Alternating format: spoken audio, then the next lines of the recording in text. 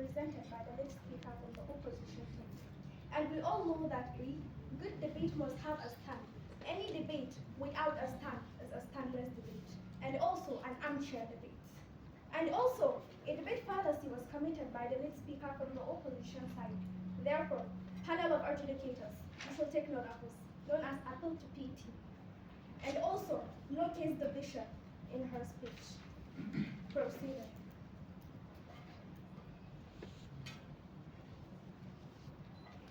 We stand not just for movement, but for momentum, not for inclusion, but for inclusion of talent, drive, labor, and innovation into economy that will otherwise decay in a pandemic. As Antonio Guterres, Secretary General of the United Nations says, and I quote, "We must remember that movement of people is a natural human phenomenon as old as history itself." Good day, respected jury members, the opposition team, ladies and gentlemen, allow me to be unapologetically bold. My name is Abakar Khadija from Katsina, Nigeria. Panel, before I proceed, the opposition craft horror stories of border crossing and stolen jobs.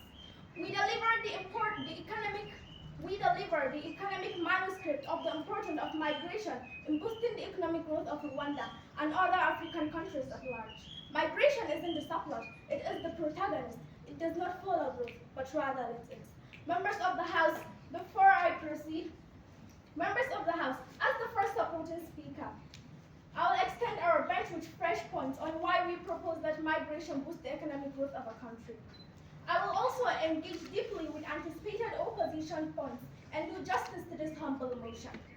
Panel, before I proceed, let me address the speech raised by team opposition. Firstly, migration is the global economic equalizer through remittance and reverse flows. Panel, in 2023, $669 billion in remittance were sent to low and middle income countries by World Bank, which is 3 times the value of global development aid combined. Moving to El Salvador, Nepal, Haiti, and the Philippines. Remittance constitute between 10 to 25% of GDP, gross domestic product. This fund is spent not on luxury, but on food, school fees, home buildings, and small businesses startup. Proof, ladies and gentlemen, remittance stimulate local demand, create jobs, and multiply into microeconomic from Lagos to Lahore Distimo. This clearly indicates that with migration, the economic growth of a country will be boosted and yield a sound and effective growth, and yield a sound and effective economy across the globe. Furthermore, migrants are the economic shock absorbers. In times of global crisis, history will never forget migrants who shaped the system.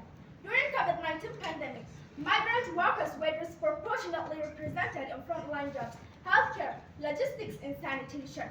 Panel, migration is the economic pigment that colors innovation, brings new ideas, skills, languages, ideas, cuisines, networks, and turning cities into language, and also turning cities into engines.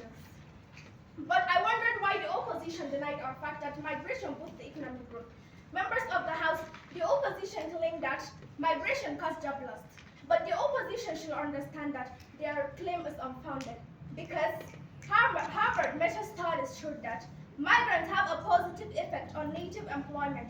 Migrants consume parents, buy goods, start business, and create job downstreams, especially in housing, rentals, and services. So, this claim made by the opposition team should not be entertained in today's argument, rather should be drawn aside. Ladies and gentlemen, the opposition claimed that migration overburdened public services in the country. Responding to this claim, the opposition shall understand that migration boosts the economic growth, because in European countries, migrants pay more tax than they receive as benefit over a lifetime. Aging population overburdened services. Therefore, the opposition shall understand that the real